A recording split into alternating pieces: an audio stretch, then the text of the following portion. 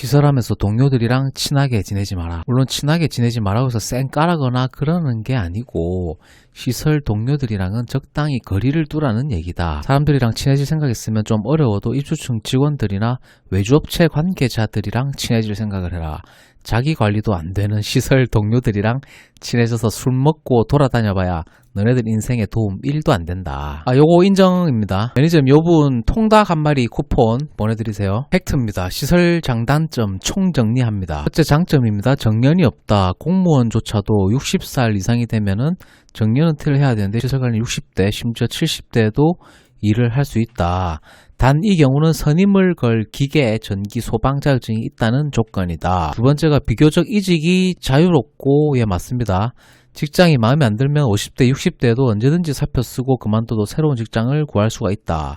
단 이 경우는 선임을 걸 기계, 전기, 소방 자격증이 있다는 조건이다. 세 번째가 일이 비교적 어렵지 않고 어렵고 복잡한 머리 쓰지 않는 기능적인 작업이기 때문에 머리 썩힐 일이 없다. 머리뿐 아니라 육체적으로 힘들지 않은 작업이 대부분이다. 체력적으로 큰 무리를 주지 않는 직업이다.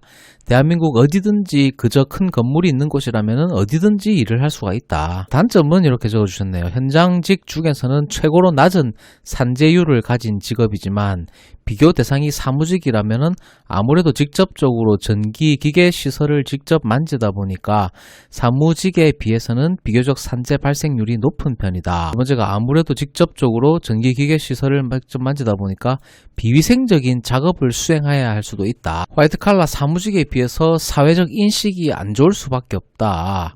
급여가 낮고 한계도 명확하다. 24년 기준으로 전기 또는 기계 단독 선임만으로 세전 4,300만원 연봉이네요. 세전 360 정도가 한계다.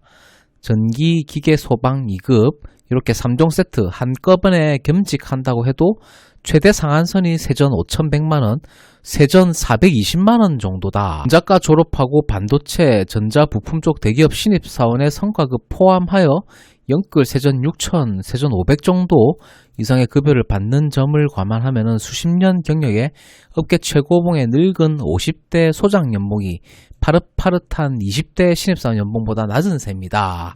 연봉이 좀 작다 그 얘기네요.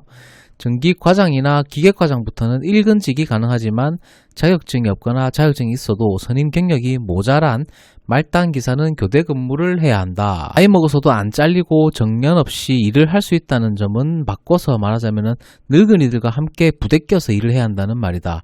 2030의 젊은 시설관리인 신입들은 4050 중년들은 물론이고 6070 노인들과도 부대껴서 일을 해야 된다. 좋은 직업이라는 것은 높은 연봉과 편한 워라밸 외에 같이 일하는 동료들 수준도 대단히 중요한 요소인 만큼 상당히 심각한 스트레스거리다. 상당히 공감이 되는 내용이고 인정합니다. 매니저님 요분 교촌치킨 레드콤보 2개 보내드리세요. 시설 한 달 후기 적어주셨네요. 병신인 걸 떠나서 그냥 개념이 없음. 업무보다 사적인 일을 우선시하는 2030 한가득하고 자기 편 안 들어줬다고 삐지는 20대, 50대가 한가득하고 한마디로 종합하면 초딩들의 개념과 행동을 한다. 강제실 선임이 DC라는 커뮤니티 사이트랑 시설계를 알려줘서 잠시 검색해봤는데 내가 근무하는 곳이랑 다를 게 없다.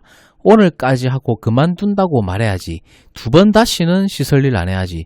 젊고 늙고 간에 이 바닥 떠라. 자강두천이 진짜였네. 늙었는데 커뮤니티 하는 사람들은 정신 좀 차리고 젊은 애들은 장애인들이 하는 일을 왜 하냐? 자격증 따면 인생 피냐? 결국 시설에 쭉 있을 거면서 대단한 거 하는 거 마냥 정신승리하노. 병신 새끼들. 상당 부분 인정되고 공감되는 글이었습니다. 매니저님 이분 치킨 한 마리 보내드리세요. 시설 경력 아무짝에도 쓸모없다. 10년 20년 해도 어딜 가서 경력이라고 내밀지도 못하는데 똥변기 뚫고 전등 갈고 뭐 어디 수전 갈고 그딴 거 가지고 무슨 경력 인정이야. 네, 인정. 통닭 한 마리 보내드립니다. 채용 공고 한번 보겠습니다. 필요한 핵심 역량은 성실성, 계획성, 스트레스 관리를 좀 잘하시는 분이 필요하네요.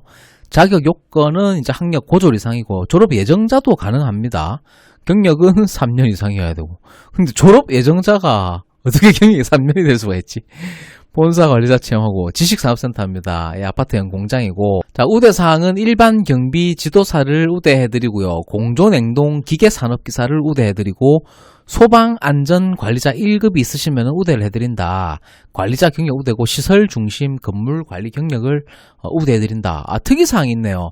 점심 식사를 제공하고 매주 금요일은 탄력 근무를 실시한다. 1시간 일찍 퇴근한다 이 말이네요. 와, 좋네. 근데 매주 월요일 아침에 예배 참석 8시 30분 AM. 요즘도 이런 데가 있어요? 피가 거꾸로 솟는 것 같노. 씨발놈이 내 성질 까먹. 공부 존나 못해서 시설 갔는데 평생 공부하는 아이러니 직업. 자격증 따다가 뒤질 인생 대우도 못 받고. 요분 통닭 한 마리 보내드리세요. 인공시 헬게이트 열렸다. 꽉 잡아라. 7조 2교대네요. 근데 인공시가 뭐예요? 보니까 수화물 사업소 특별호에 수화물 사업소에 닥친 위기들이다. 7조 2교대 야간 특수 일근 주간 야간 비번 휴무 가능하냐? 근데 실제로 이렇게 일하는 데가 있어요?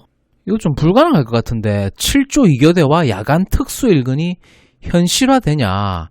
인력 투입 계획 이렇게 지금 보니까 이렇게 돼 있네요. A조, B조, C조, G조까지 있는데 주간, 야간, 비번, 휴무 이렇게 하면은 야간을 3일 연속으로 해야 된다는 뜻인데 혹시 이거 해보신 분 계세요? 불가능할 것 같은데 3일 연속으로 어떻게 야간 당직 근무를 쓰죠? 수화물 현직인데 4조 2교대 끝났다. 회사에서 뭐하고 있는지 아냐? 주간, 야간, 비번, 휴무 추진 중이다. 수화물부터 시범 케이스로 돌리고 돌릴만 하네. 그럼 전 사업소 가겠지. 수화물이 인공시 단일 사업소 중에 가장 크고 근무지도 크다. 근데 인공시가 뭐예요? 4조 2교대 꿈 깨라. 7조 2교대 가는 거다. 형이 전에 말했다. 질문 안 받는다. 알아서 판단하고 반박신님. 이분은 시설관리 6년 차시네요. 공고 나와서 실업계 전형으로 산길에 들어갔다가 자퇴하고 롤리폴리 대학 나와서 시설하고 있다. 어디서부터 꼬인 걸까? 내 주제 파악도 못하고 4년제 하기가 욕심이었나 보다. 폴리텍에서 학점은 좋게 받았는데 자격증을 기능사만 따고 졸업하니까 받아주는 데가 없더라. 우스갯소리로 학생 시설은 노인들 일자리라고 뺏으면 안 되는 거 아니냐. 히히덕 했던 게 엊그제 같네. 나이가 만 30대 중반이다. 월 300으로 교대 근무 뛰는데 10년을 일해도 대리과장이랑 월 30도 차이 안 나는 걸 보면은 이게 맞나 싶고, 얼마 전에 조모상이 있었는데 회사에서는 연차 쓰고 대근자 알아서 세워놓고 가라더라. 그런가 보다 하고 사정해서 근무 조정하고 다녀왔는데 사촌 동생으로 상조회 장례식장 용품이랑 화환이 와 있었는데 회사에서 지원이 나왔다더라. 얼마 전 좋은 곳에 취업했다고 축하해줬는데 참 씁쓸하다. 늪 같은 시설 감옥에서 언제쯤 햇볕을 보면서 살아갈 수 있을까? 오늘도 회사에 나와서 당직 근무를 하며 현타만 오고 자격증 오수 도전 중이다. 네, 여러분 통닭 한 마리 보내드린 공감되는 글 하나 가지고 왔습니다. 이전에는 안 그랬는데 수변전 전기 보조선임 생기면서부터 전기 기능사라도 따라 이렇게 지랄 볶더라. 소방도 보조선임 생기면서부터 소방 2급, 소방 1급 따와라 이 지랄라고. 그래도 기계유지관리자 신설되면서부터 기계보좀 선임 생겼으니 기계기능사 따둬야 되지 않겠느냐, 미리 대비해서 되지 않겠느냐 이 지랄난다. 근데 또 찾아보니까 통신시설이 건물에 있으면 통신도 기계유지관리자처럼 선임 만들어서 주선임, 보조선임 한다더라. 야이씨, 인생 망해서 시설 교대하는 건데 전기 공부해라, 기계 공부해라, 소방 공부해라, 통신 공부해라. 야이씨, 병신직장 병신 업무인데 저런 거 두루두루 공부해봐야 허드렛님만 하는 거 병신 같아. 시설은 탈출이 답이다. 다른 길 찾자. 전기기능사, 소방 수첩 가지고 있고 공조냉동 기계기능사 필기 공부하다가 10통신 이야기 보니까 텄 같아서 참을 수가 없다. 공조냉동 기출 문제 풀면 7, 80점 나와. 공부가 안 돼서 열받는 게 아니란 말이야. 왜 자꾸 쌀데기 없이 공부만 천나게 시키면서 정작 쓰레기 업무만 하게 되는데 왜 자꾸 시창민국은 왜 자꾸 사람 괴롭히냐.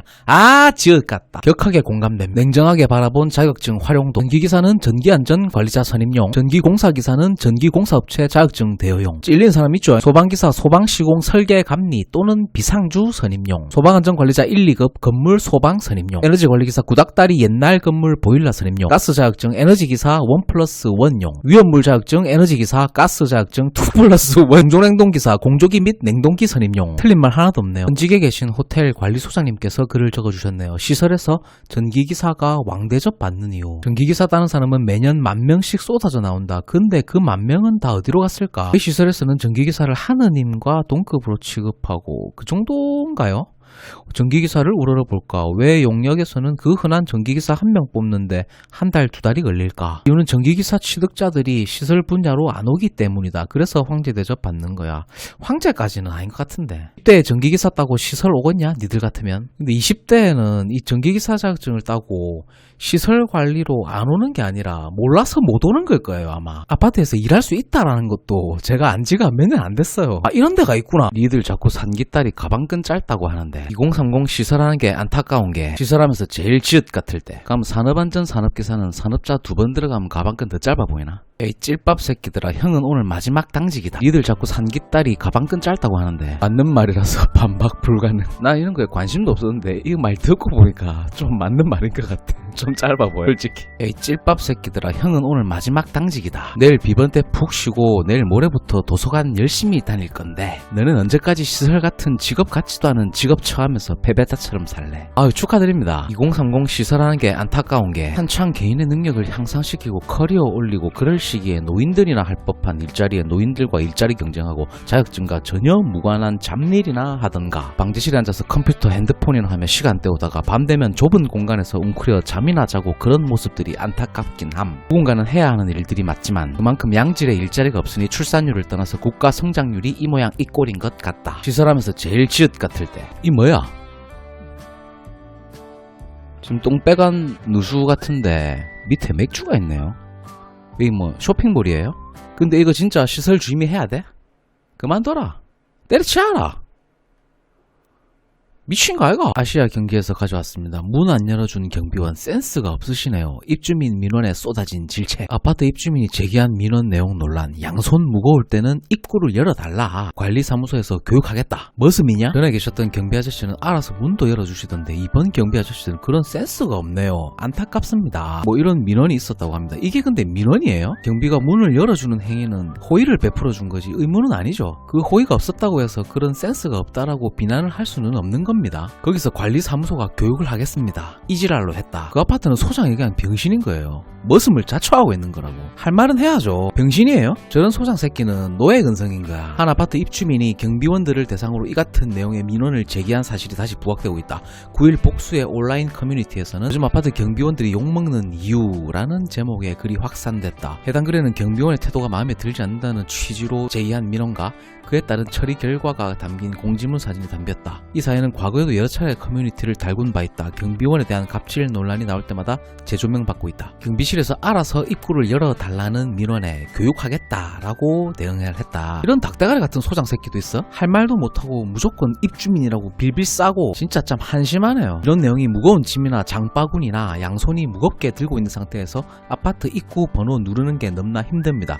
경비실에서 지켜보고 있다가 알아서 입구 문 열어주셨으면 합니다. 전에 계셨던 경비 아저씨는 알아서 문도 열어주시고 하시던데 이번 경비 아저씨들께서는 그런 센스가 없으시네요. 안타깝습니다. 씨발 미친 거 아니야 이거? 어떤 도란 새끼가 이런 민원을 넣어. 아씨 말람이 내 승질 까먹은 모양이네. 입주민은 무거운 짐이나 장바구니를 양손 무겁게 들고 있는 상태에서 아파트 입구 번호를 누르는 게 너무 힘들다. 경비실에서 지켜보고 있다가 알아서 입구 문을 열어줬으면 한다. 관리사무소 측은 경비원 교육을 시키겠다고 대답을 했다. 아 씨발 병신 같은 새끼가. 사진을 접한 누리꾼 사이에서는 경비원이 그런 것까지 업무 내용에 포함돼 있나?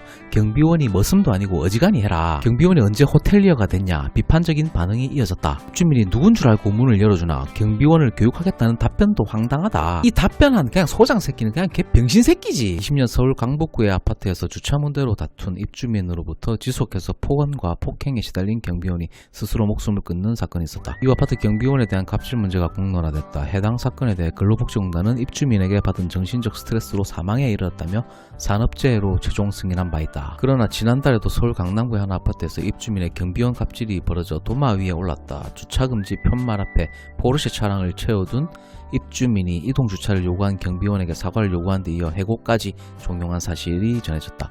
경비원이 주차 위반 스티커를 붙이자 차량 손괴를 주장하며 신고까지 했다. 한편 21년 10월 공동주택관리법 시행령이 개정돼 경비원 업무 범위를 구체화했다. 이에 따라 개인 차량 주차 대행, 택배 물품 세대 배달 등 개별 세대의 업무 직접 수행, 관리사무소 일반 업무를 보조하는 것은 원칙적으로 제한된다. 일부 아파트 관리 소장들의 이 병신 같은 같은 게 호구짓거리 때문에 시설관리인들이 종소리 듣는 거야. 할 말은 해라. 병신같이 아부떨지 말고. 관리업계 결코 안전지대가 아니다. 사다리 추락 사고 등 다수 발생. 실중대법 확대 시행에 따라 공동주택 관리업계 중소기업들도 발등에 불똥이 떨어졌다. 철PD 종합편성 구독 좀 누릅시다. 법 적용에서 제외됐던 상시근로자 5인 이상 50인 미만 업체들도 앞으로는 중대재해처벌법에 따른 처벌을 받을 수 있게 돼 대비가 필요하다. 오늘자 기사입니다. 중대재해법 적용 확대로 관리업계 전체가 불안하다.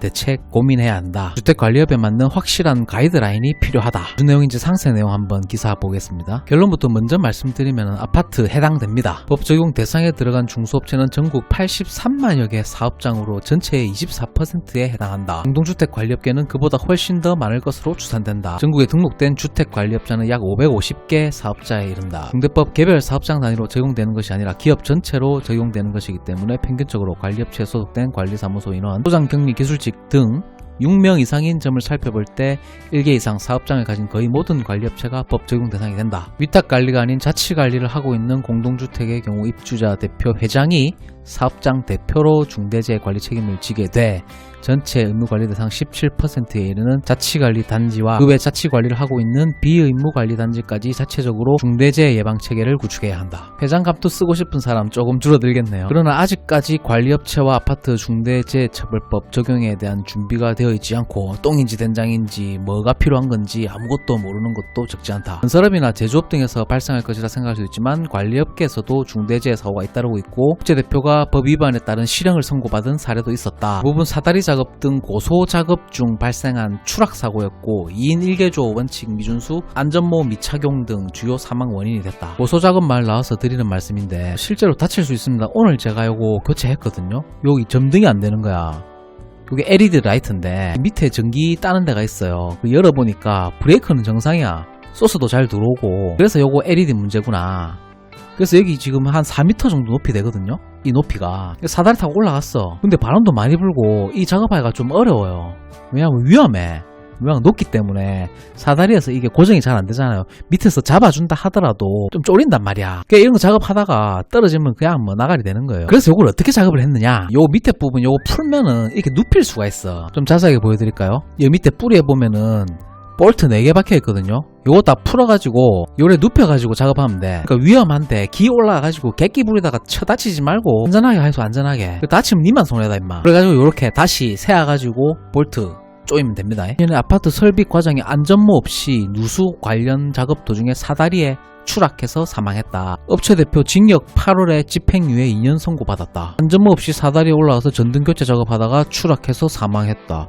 중대법 위반 혐의로 기소되고 혼자서 분리수거장 지붕 보수 중 추락해서 사망. 거의 다 추락 사고네요. 그러니까 5년간 발생한 사망 사고 발생 형태 중 떨어짐 사고가 전체의 약 37%다. 가장 많은 비율을 차지하고 있다. 그러니까 웬만하면은 높은데 그 기어 올라가지 마세요. 그거. 추락하는 것에는 날개가 있다 하지만 니는 날개도 없잖아. 그러면 이제 중대재해가 발생했을 때 사업주나 경영 책임자의 책임 소재가 갈리는 것은 안전보건 확보 의무를 다 했는지 여부다. 뭐 읽어보니까 뭐 다 요식행인데 뭐 서류 작업 똑바로 해놨는지 그런 거 본단 말이죠. 조치 매뉴얼하고 관련 교육 실시 한 달에 한 번, 뭐 2달에 한 번 이런 식으로. 업체 대표와 달리 일반 입주민이고 선출직으로 사실상 봉사직인 입주자 대표의 회장이 중대재해 책임을 지게 된다면 회장을 맡으려는 사람이 없을 것이고 자치관리 대신 위탁관리로 전환할 수밖에 없을 것. 대혼란이 예상되는 만큼 공동주택에 대해서는 빠른 시일 내에 제도 보완이 필요하다고 강조했다. 내가 아직 저녁도 안 먹거든요. 배고파 죽겠다. 이 지금 기사 내 다 못 읽어드리니까 기사 원문은 철PD 종합편성 공식 카페죠. 대학교 부동산학과에서 볼 수 있습니다. 가입하고 가입 인사 좀 합시다. 이 직업은 괜찮습니다. 특히 은퇴자분들이 하시면 괜찮고요. 뭐 조금 일찍 은퇴를 하셨다는 분들도 괜찮습니다. 이 일은 괜찮아요. 그리고 제가 많은 영상에서 제 급여 명세서 연봉 계약서까지 다 공개를 해드렸잖아요.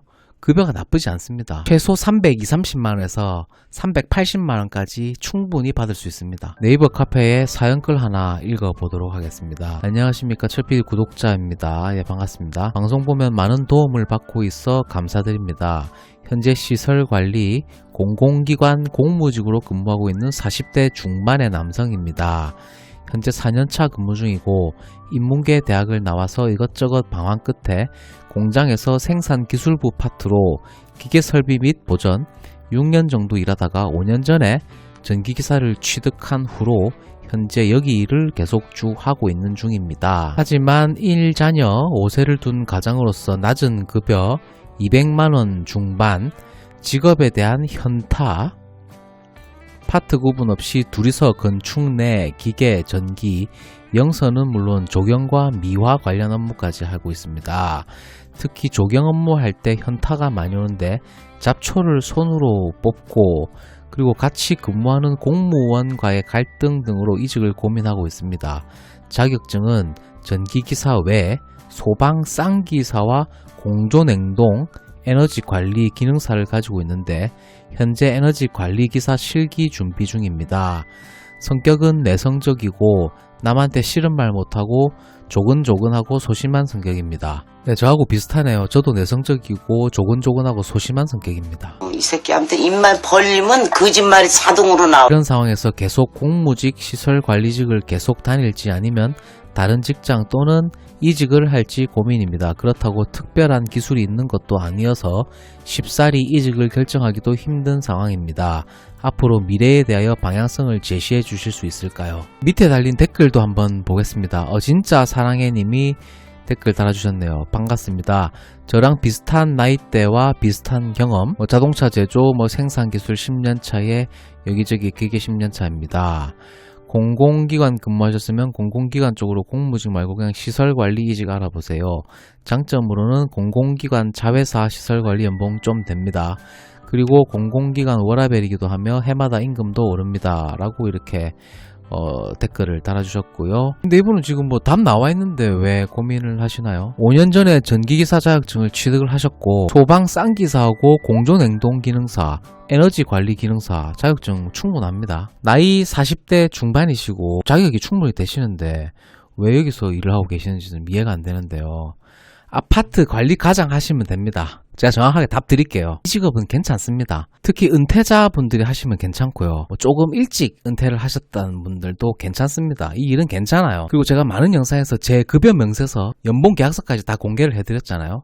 급여가 나쁘지 않습니다. 최소 320~30만원에서 380만원까지 충분히 받을 수 있습니다. 그리고 이 일은 투잡을 하기에도 굉장히 좀 용이하고요.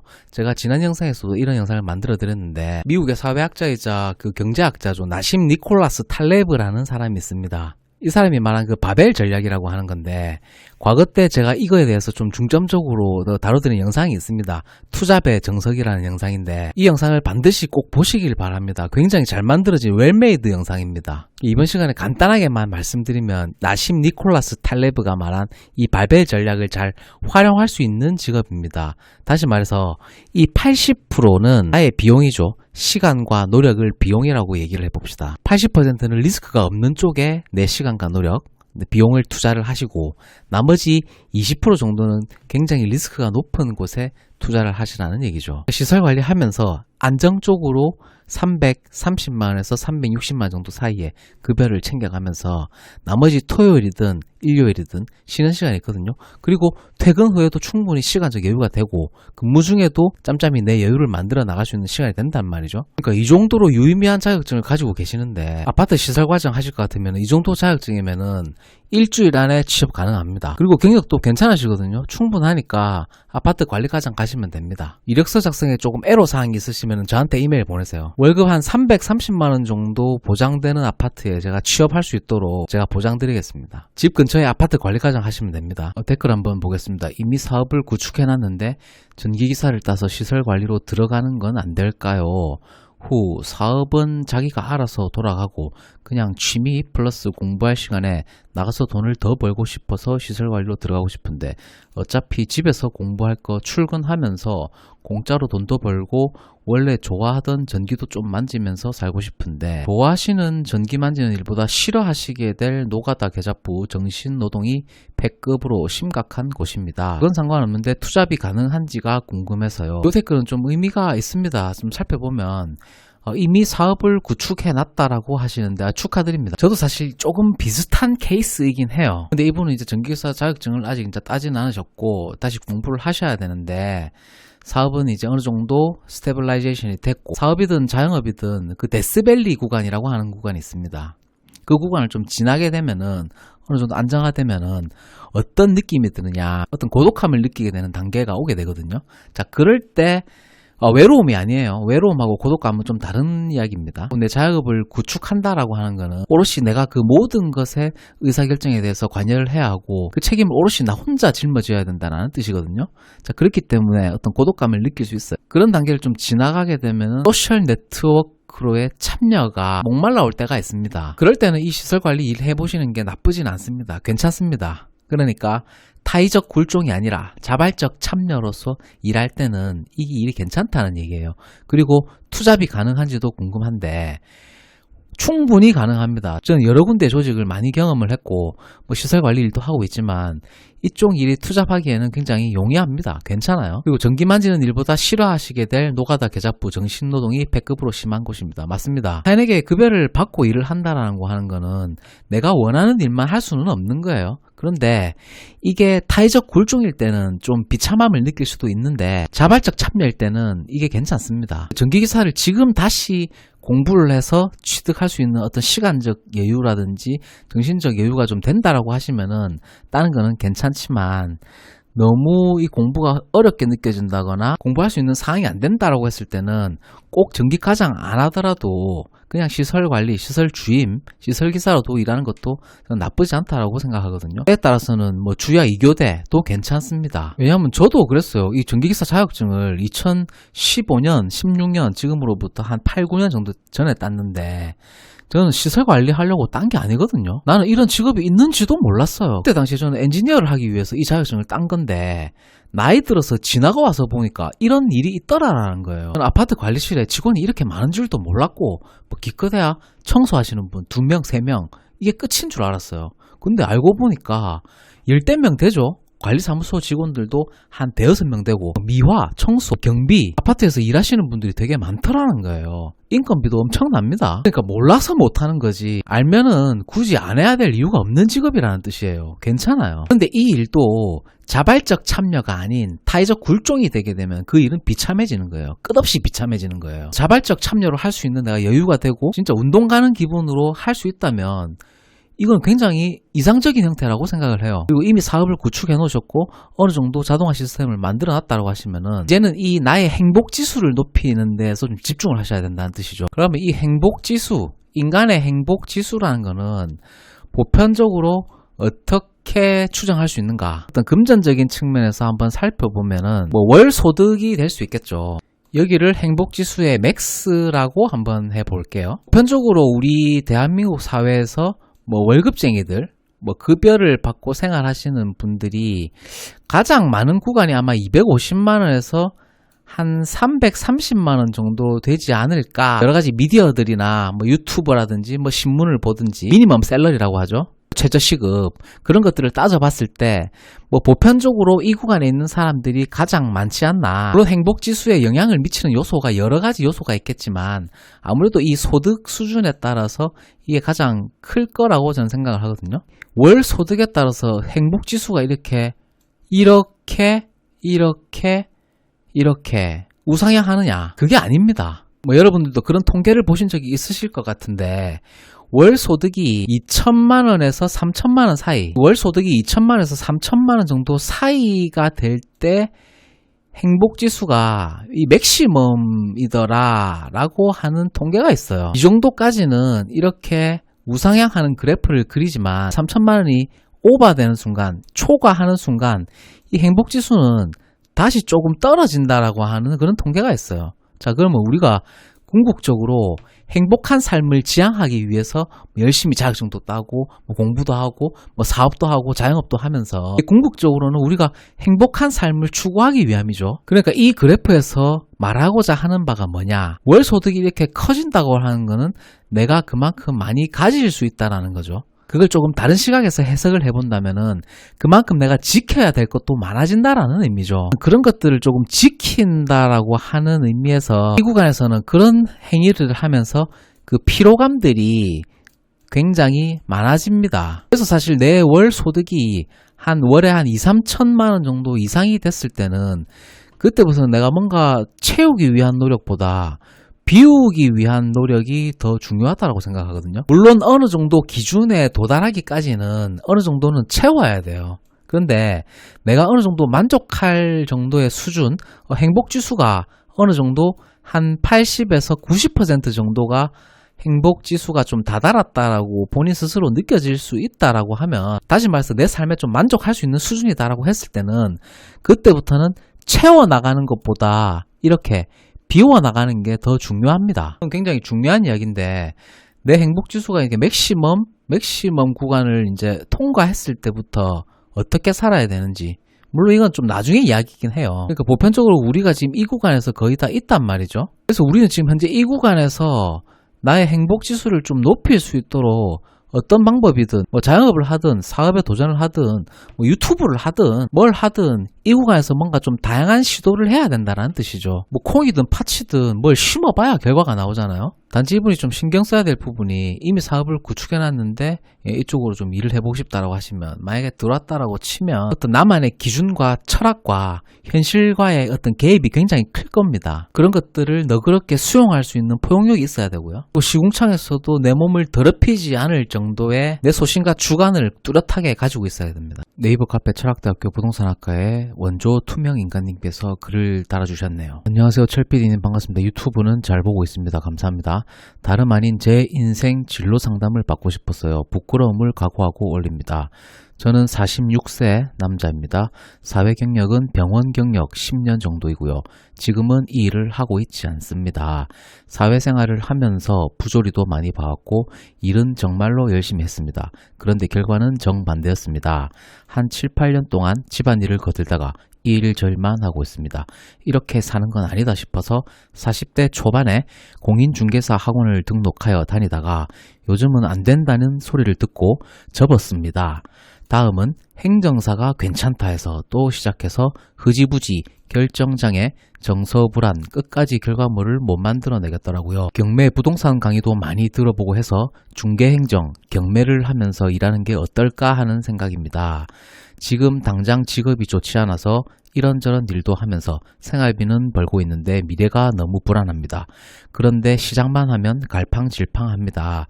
집중이 안 되네요. 얼마 전에 병원 경력에 도움이 되는 자격증 손해사정사라는 것을 알게 되었습니다.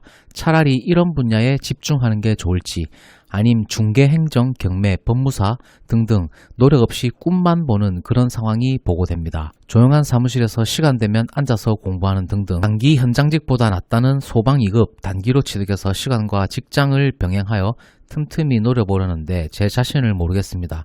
이 나이 먹고 정리가 안 되네요. 쓴소리 들어도 좋습니다. 진심 어린 조언을 부탁드립니다. 이런 분들 많아요. 괜찮습니다. 뭐 부끄러워할 필요도 없고요. 제가 조언을 드릴 수 있는 입장은 안 되고요. 이 글을 보고 우리는 인생의 과정이라는 게 어떻게 만들어지는가, 어떻게 형성이 되는가, 그런 부분들 한번 좀 짚어보려고 합니다. 어떤 댓글 보니까 철PD 형은 언제나 뜬구름 잡는다, 뭐 그런 얘기들 하시던데, 철학이 원래 뜬구름 잡는 얘기죠. 이렇게 표를 한번 만들어 봤는데, 인생을 한 어떤 분기점 같은 것들로 이제 나눠봤을 때, 저는 뭐 제 생각이에요. 개인적인 생각인데 0세에서 15세까지, 그리고 20세까지, 그리고 20대, 30대, 40대, 뭐 50대 이후 뭐 이렇게 쭉쭉 형성이 되는데, 자아 형성 과정에서 영향을 받는 요인들을 한번 정리를 해봤습니다. 제 개인적인 생각입니다. 굉장히 중요한 시기죠. 태어나서 이제 1세부터 15세까지를 이제 청소년기, 뭐 유아기, 뭐 정년기, 뭐 이렇게 보낼 수 있는데, 뭐 중학교 한 3학년 정도까지 이 시기에서 어떤 본인의 자아형성 과정에서 가장 의미있게 영향을 받는 요인이 부모님이에요. 부모님. 그리고 이제 사춘기가 지나고 이제 중학교, 고등학교를 거치면서 이제 대학생, 성인이 되기까지 보편적으로 부모의 영향보다는 사춘기를 기점으로 친구들, 나름대로의 소셜 네트워크, 즉 사회적 관계를 형성한단 말이죠. 20대가 되었을 때는 직장 동료들, 그리고 역시 친구들, 또는 거래처 사람들. 30대가 되어도 뭐 별반 차이가 없습니다. 뭐 주변 사람들이겠죠. 내가 던져져 있는 곳의 주변 환경들이죠. 그리고 40대가 되면 다시 가족의 영향을 좀 많이 받는 것 같아요. 결혼을 하고 가족 공동체를 이룬 다음 유아기, 청소년기, 뭐 성인기, 뭐 10대, 20대, 30대, 40대, 50대 다 중요하겠지만, 제가 가장 중요하다고 생각하는 어떤 인생의 구간이죠. 저는 30대라고 생각합니다. 이 사연을 주신 분은 현재 40대 중후반부로 달려가고 계시죠. 지금 이 구간에 있기 때문에 사실은 더 불안해질 수밖에 없습니다. 미래가 더 불안하고 내가 이때까지 해놓은 건 없는데 만들어 놓은 것도 없고. 근데 그건 누구나 다 그렇습니다. 저도 그래요. 미래에 대한 불안감 같은 걸 안 가지고 사는 사람은 아무도 없거든요. 직장인은 직장인대로 내가 언제까지 이 직장에 다닐 수 있을까? 사업을 하시는 분들, 뭐 자영업을 하시는 분들, 내가 언제까지 이 사업을, 자영업을 유지할 수 있을까? 그런 것들에 대한 늘 불안감을 가지고 살아간다는 말이죠. 때에 따라서는 그런 것들이 더 내 인생의 동기부여가 되고 원동력이 되기도 하거든요. 근데 제가 무슨 얘기를 하려고 하면은, 제가 가장 중요하다라고 생각하는 이제 이 인생의 구간이 30대, 20대도 당연히 마찬가지죠.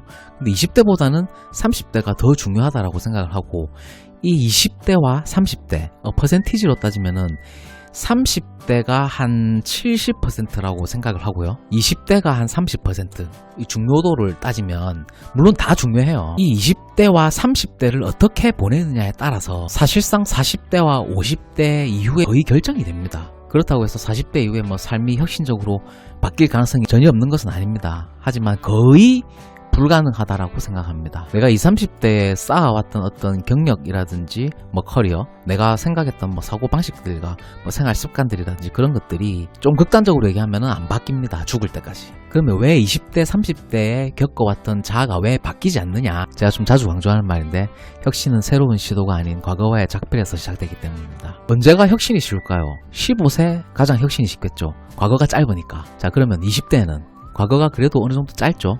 혁신이 어느 정도 가능하다라는 얘기죠. 자, 그러면 40대 중반에서 50대 사이 혁신이 되나요? 이때까지 지내왔던 과거들이 너무 길기 때문에 뒤로 가면 갈수록 과거가 길어지기 때문에 그 과거와의 작별이 안 되는 거예요. 이게 진짜 뜬구름 잡는 소리죠. 그래서 사실 제 방송은 가급적 젊은 친구들이 좀 많이 봤으면 하는 바람이 있는데, 대부분 40대에서 50대, 60대 사이에 노후 준비를 하시는 분들이 좀 많은 편이에요. 그러면 40대와 50대 이후에는 내가 혁신이 안 된다. 어떻게 해야 하느냐. 이때까지 살아온 1세에서 30대, 40대 이전까지 내가 해왔던 행동 양식들이라든지 생활 습관들에 대한 책임을 지는 시기입니다. 때에 따라서는 혹독한 대가를 치러야 될 것입니다. 사연 주신 분의 글을 보면 일은 정말로 했는데 결과는 정반대였습니다. 맞습니다. 일을 열심히 하는 것과 결과물은 절대로 비례하지가 않습니다. 이 사회가 그래요. 원래 그래요. 그러니까 열심히 하는 것이 어떤 결과물이 보장되어야 한다라는 생각을 사실 좀 버리는 게 좋습니다. 열심히 하는 것하고 성공과는 아무런 관계가 없습니다. 사실 40대 초반에 공인중개사 학원 등록해서 안 된다는 소리를 들었다. 어디서 들었는지 모르겠는데 뭐 미디어나 뭐 친구들이나 주변 환경에서 들었겠죠. 행정사가 괜찮다고 하더라. 그래서 했는데 흐지부지 됐다.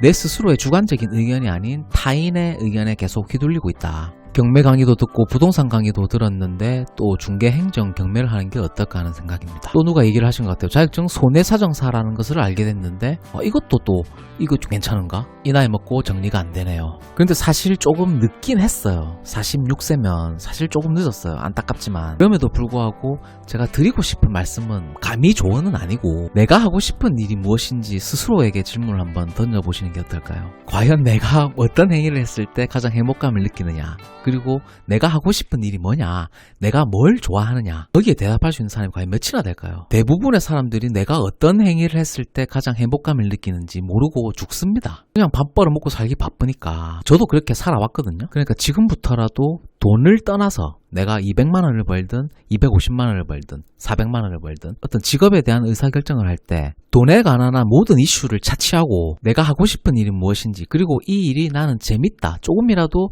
재밌다라고 느껴진 그런 일들이 있을 거예요. 사실 그런 것들을 찾아내기 위해서는 여러 가지 경험을 해봐야 되는데, 지금 또 이 나이 때에 여러 가지 경험을 해보기에는 사실 또 쉽지는 않거든요. 지금까지 이 일 저 일을 많이 해봤다고 하시니까 그 중에서도 내가 어떤 일을 했을 때 조금이나마 흥미를 느꼈고 좀 재밌다라고 느끼셨는지, 거기에 대해서 스스로 질문을 던지고 답을 한번 내보세요. 그러면 어느 정도의 방향성이 보이지 않을까. 존경하는 국민 여러분, 반갑습니다. 이번 시간에 대한주택관리사협회 홈페이지 한번 둘러보면서 채용 공고 한번 둘러보고 현재 시세, 대충 시세를 보니까 서울 쪽은 한 관리과장이 한 370에서 한 380만 정도 되고, 뭐 기존 주임이 한 330만에서 350만 정도 수준이 된 것 같다. 연봉 수준, 월급 수준 한번 알아보도록 하겠습니다. 단지 규모가 380세대고 세전 362만 원 정도 됩니다.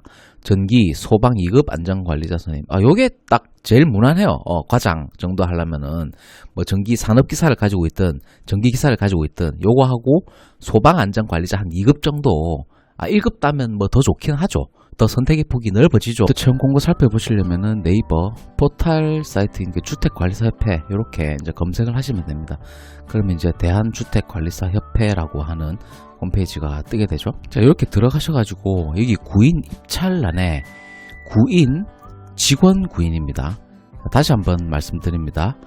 대한주택관리사협회 홈페이지 들어가셔가지고 구인 입찰란에서 구인 직원 구인을 클릭하시면은 이 채용 공고를 많이 보실 수가 있습니다. 이렇게 뜨게 되는데요. 이렇게 지역별로 뭐 검색을 할 수 있도록 되어 있습니다. 전체 서울, 부산, 인천, 대구, 광주, 대전, 울산, 뭐 세종, 블라블라블라 이렇게 되어 있고 직종도 이렇게 친절하게 되어 있습니다. 뭐 관리과장, 주임, 기술과장, 격리, 서무직, 정기직, 뭐 전기과장 이렇게 뭐 조경도 있고요. 뭐 기전직도 있고 경비도 있고 청소도 있습니다. 내가 원하는 대로 이렇게 검색을 하셔가지고 지원을 할 수 있도록 그렇게 되어 있습니다. 잘 만들어놨어요. 자, 그러면 서울부터 한번 볼까요? 아무래도 서울의 인구가 가장 많으니까 서울을 클릭하시고 이렇게 검색을 누르시면은 이 서울 쪽에서 지금 채용 공고되고 있는 항목들이 뜨게 됩니다. 보자, 서울 마포구 성산 월드타운 대림에서 전기과장 뽑고 있네요.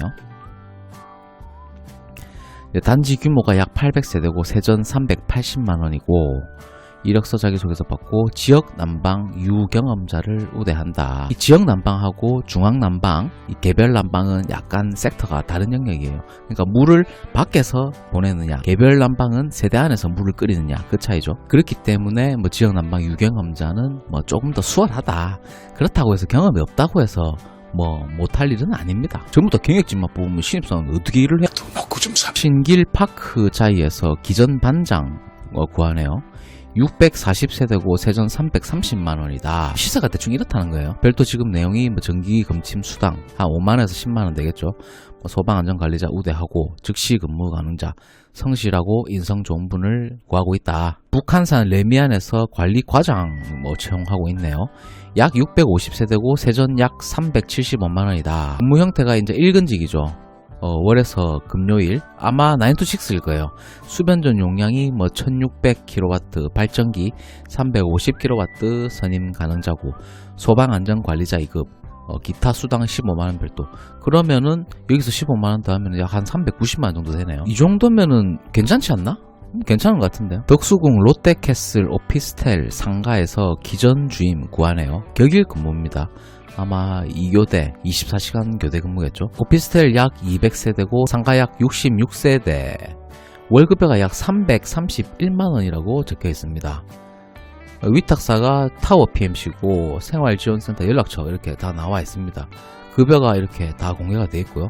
이대로 다 줍니다. 그러니까 이 홈페이지는 대한주택관리사협회를 들어가시면은 구인 직원 구인란에서 불특정 다수가 다 볼 수 있는 정보입니다. 심지어 로그인도 안 해도 다 볼 수 있습니다. 그래서 제가 그냥 이거 다 보여드리는 거예요. 무슨 의미가 있어? 다 볼 수 있는데. 대충 시세를 보니까 서울 쪽은 한 관리과장이 한 370에서 한 380만 정도 되고 뭐 기전 주임이 한 330만에서 350만 정도 수준이 된 것 같다. 인천 쪽 한번 볼까요? 인천의 금단 2차 우방 아이유실에서 관리과장님 구하네요. 단지 규모가 380세대고 세전 362만원 정도 됩니다. 전기, 소방 2급 안전관리자 선임. 요게 딱 제일 무난해요. 과장 정도 하려면은 뭐 전기 산업기사를 가지고 있든 전기기사를 가지고 있든 요거 하고 소방 안전관리자 한 2급 정도. 1급 따면 뭐 더 좋긴 하죠. 더 선택의 폭이 넓어지죠. 그래서 요 정도 하면은 제일 스탠다드다. 전기과장 하려면 뭐 또 기계까지 갖춰야 된다. 그러면 한도 끝도 없고 씨발놈이 내 필요한 정도만 갖추고 그 이상은 막 지랄병 하지 말라고. 얼굴에 열십자 그거 하면서 피토했잖아요. 적당히 하라고 적당히. 인천 연수구의 포레나 인천 연수 아파트에서 기전 주임 급구하고 있습니다. 이런 데는 뭐 들어가기 쉬워. 급구가 사람 급하잖아. 그러니까 내가 경력이 없는데 한번 이쪽으로 진입 한번 해보고 싶다라고 하면은 이 급구 채용 공고를 한번 좀 노려보시는 게 좋을 것 같습니다. 내 경력은 없지만서도 진짜 열심히 한번 해보겠습니다. 이러면 다 뽑아줍니다. 이게 뭐 대단한 일이라고. 767세대고 세전 340만원. 괜찮네요. 별난방이고 760세대고 340만원. 기계설비 유지관리자 선임 이거 해야 되네요. 대체적으로 급여가 뭐 부산, 경남, 창원 이쪽보다는 아무래도 윗지방, 뭐 인천, 경기도, 서울권이 한 30만원, 20만원, 30만원 정도 급여가 조금 높은 수준이다. 당연히 생활 수준 물가가 훨씬 더 높잖아요. 그래서 이 정도는 받아야 된다. 현 미추홀구 동합 풍림아파트에서 기전반장 구하네요. 격일제로 약 1500세대고 세전 약 305만원에서 318만원 사이다. 소방보조 선임하면은 뭐 5만원 더 드리고 근속수당도 만원 있다. 추석 구정 떡값 기본급의 10% 드리고 휴가비 13만원 드린다. 개별 난방 드리고 뭐 이렇게 받는다. 인천 부평구의 부평 금호아파트의 관리과장 뽑네요. 단지 규모가 약 2600세대입니다. 세전 약 400만원 정도 되네요. 사실 단지 규모가 크니까 급여는 당연히 많아져야죠. 세대수하고 급여하고 업무 강도는 비례합니다. 그렇게 보시면 될 것 같고, 부산 한번 볼까요? 연제구의 레이카운티 아파트에서 기전주입 긴급 구인하고 있네요. 단지 규모가 4400세대입니다. 세전 325만원 급여가 되어 있습니다. 4400세대면 졸라 큰데. 부산 사하구 다대 해송아파트에서 시설기사 2교대 모집하고 있습니다. 약 700세대고 월급여는 세전 약 295만원입니다. 상세 정보는 이렇네요. 설비, 기계 관련 자격증 보유자를 우대한다. 소방 보조자 선임 가능했으면 좋겠다. 부산 금정구 청룡 협성 엠파이어에서 시설 과장 모집하고 있네요. 전기안전관리자. 단지 규모가 약 360세대고 월급여가 세전 330만원이다. 무조건은 이제 이러하고 아무래도 이 급여가 좀 낮네요. 부산 지역이. 그럼 경기도 한번 볼까요? 경기도 성남시 안티움 오피스텔에서 시설 주임 구하고 있습니다. 290세대고 세전 260만원이네요. 급여가 이렇고 4, 5학년도 가능하다.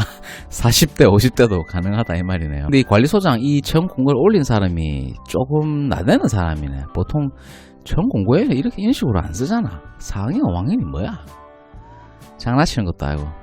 말람이 또 시흥의 소반 서밋 더 퍼스트 오션에서 기전기사 구하고 있습니다. 약 600세대 되고 세전 약 338만원 정도 되네요.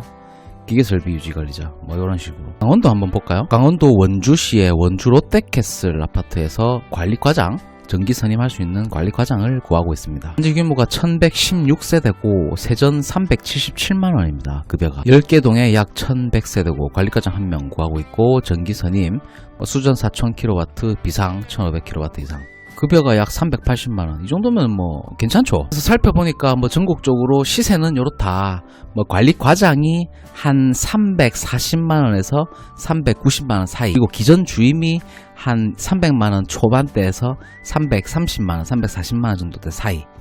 시세가 그렇더라. 또 채용 공고 살펴보실 분들은 다시 한번 알려드립니다. 네이버에서 주택관리사 협회라고 검색을 하시면요, 이렇게 홈페이지로 들어갈 수 있습니다. 여기 홈페이지에서 이 구인 입찰에서 구인란에서 직원 구인으로 들어가시면 되겠습니다. 그렇게 하면 내가 원하는 지역과 직종을 선택해서 내 입맛대로 이렇게 지원을 해볼 수가 있다. 급여도 다 공개돼 있다. 집에서 뭐 놀지 말고 이런 데 나와가지고 운동삼아 일해보는 것도 나쁘지 않잖아요. 막 경력 없어도 열심히 하겠다 하면 다 뽑아주니까 화이팅 하십시오. 안녕히 계세요. 현재 50세이고 직장을 다니고 있습니다. 현재의 직장에서 언제 나가라고 할지도 모르고 나가라고 하지 않더라도 정년이 되면은 그만두어야 하는 게 현실입니다. 뭐 어떤 직장을 다니든 다 마찬가지죠. 요즘 50세도 뭐 빠른 편도 아니고 40세 초중반 정도부터 조금 압박이 있더라고요. 그래서 저도 뭐 마찬가지고 정년이라는 게 꼭 나이가 돼서 나가야 되나? 그 정년이라는 나이는 누가 정했죠?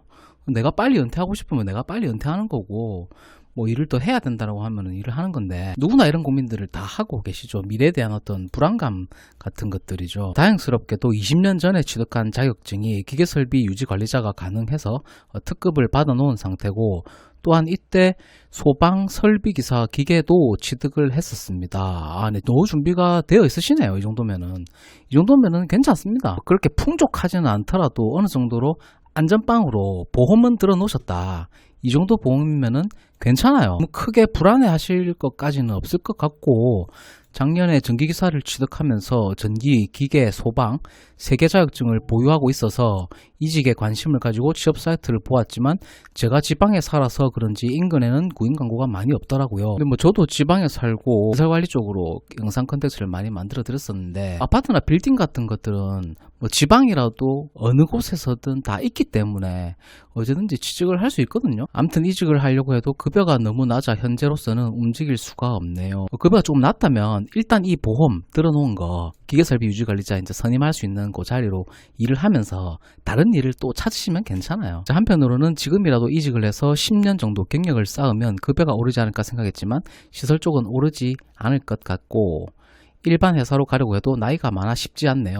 그렇죠. 일반 회사로 가기가 조금 애매한 시점이 한 43세 정도라고 저는 생각을 합니다. 30대 중반 때부터 그런 생각을 많이 했었기 때문에 언젠가 돼도 나와야 된다고 생각을 했고, 그래서 저는 이제 37세에 이제 회사를 다 그만뒀고 제 사업을 병행하면서 뭐 시설 관리 일도 하고 있거든요. 제가 그게 영상에서 자주 강조하는 그 바벨 전략이라고 하는 건데, 이 오른쪽 손에는 어떤 안전빵으로 보험 들어놓은 거를 80% 정도 가지고 가고 나머지 20%는 뭔가 다른 걸 해야 된다는 뜻이에요. 이 양쪽에 리스크가 있는 일과 리스크가 없는 일을 양립시켜야 된다는 뜻이죠. 자격증이 있다고 그 분야의 전문성을 가지고 있는 것도 아니고 경력이라고는 1도 없는 상태이니 앞으로 어디로 가야 할지 답답하기만 하네요. 저 이직을 해서 10년 정도 경력을 쌓아도 급여가 오르지 않습니다. 여기는. 그러니까 경력을 많이 가지고 있는 게 오히려 불리한 시장이라는 뜻이에요. 경력이 1년이나 경력이 20년이나 급여가 비슷하니까, 거의 똑같으니까 급여가 안 오르잖아요.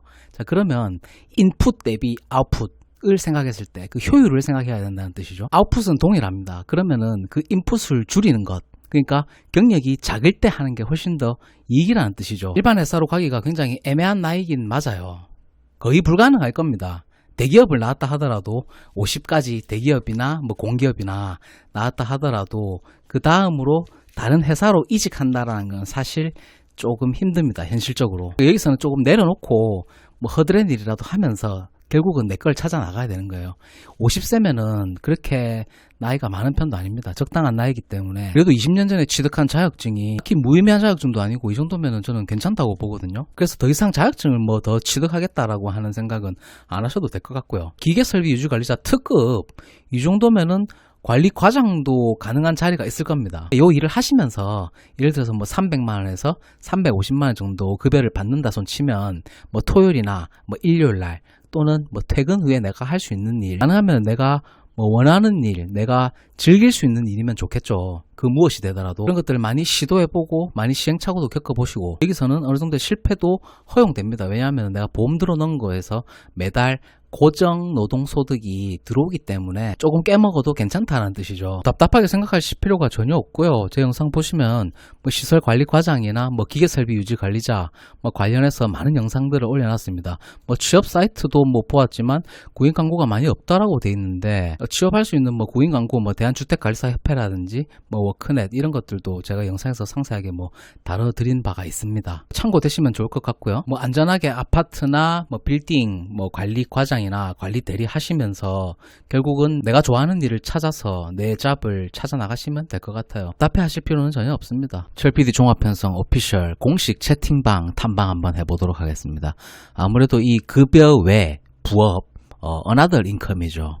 관심이 있으신 분들이 되게 많더라. 실수령액이 월 60만 원입니다. 저는 할 수 있으면 요거 해보셔도 괜찮을 거라고 생각하거든요. 이런 거라도 부업으로 했으면 좋겠다 하면서 이제 글을 올려주셨는데, 기계설비법 비상주 선임 합법이다. 되도록 같은 지역업체 선정하세요. 왜냐하면 나중에 선임 해임 신고 시 번거로움이 없고 간혹 업체가 선임 해지 안 하고 본인 모르게 계속적으로 선임할 수 있어요. 뭐 처음 공고가 이렇습니다. 뭐 근본 기계설비 존경하는 국민 여러분 반갑습니다. 정치, 경제, 문화, 역사, 인문, 사회, 철학, 심리, 세계사, 청년, 실업, 노인, 빈곤, 세상 모든 것들에 대한 올바른 시선과 비판적 사고, 날카로운 통찰과 창조적 시선으로 들여다보는 철PD 종합편성입니다. 유지관리자 채용 관련 비상주 인원을 모집합니다. 많이 지원해 주시길 바라며 기타 사항은 문의 바랍니다. 네, 기계설비 유지관리자 비상주 근무 담당 업무고요. 이 기계설비 유지관리자 수첩 소지자가 필요하고 4대 보험 가입, 미가입 선택이 가능하고 실수령액이 월 60만 원입니다. 현찰박치기 하겠다는 거죠. 이게 이제 과연 가능한가, 여기에 대해서 이제 뭐 토론을 좀 해주셨는데, 저는 할 수 있으면 요거 해보셔도 괜찮을 거라고 생각하거든요. 이런 거라도 부업으로 했으면 좋겠다. 60만 원은 대여료인가? 대여라고 하기는 좀 그렇고, 만약에 이게 불법이면 이 채용 공고를 올린 사람은 닭대가리가 아니겠죠. 불법인 공고를 올렸겠어요? 할 수만 있다면 내가 일을 하면서 뭐 기계도 뭐 선임해놓고 잠깐 가서 뭐 봐준다든지 일주일에 한 번, 뭐 2주에 한 번 뭐 봐주면서 60만원 돈 크잖아요. 세상에 출근 안 하고 월급 받는 사람들이 얼마나 많은데 60만원이면 소주가 몇 잔입니까? 60만원짜리 소주 먹으면 뒤져. 그때 먹어야 될 것 같네요. 리스크가 있지만요. 그 전에 격증을 따야 할 텐데 이 얘기 진짜 안 하려고 했거든요. 구독과 좋아요 부탁드리겠습니다. 저런 거 불법 아닌가요? 이런 거에 대해서 얘기를 하고 있어요. 뭐 불법 아니냐, 합법이냐, 괜찮냐. 뭐 리스크는 본인 부담이고 아직까지는 법적인 제재는 미비한 걸로 알고 있습니다. 그래도 아시는 분이 있으면 지인을 통해서 하는 게 저도 동감입니다. 이거 합법입니다. 걱정 안 해도 됩니다. 이렇게 돼 있네요. 비상주는 합법이군요. 감사합니다. 출근 안 해도 합법인가요?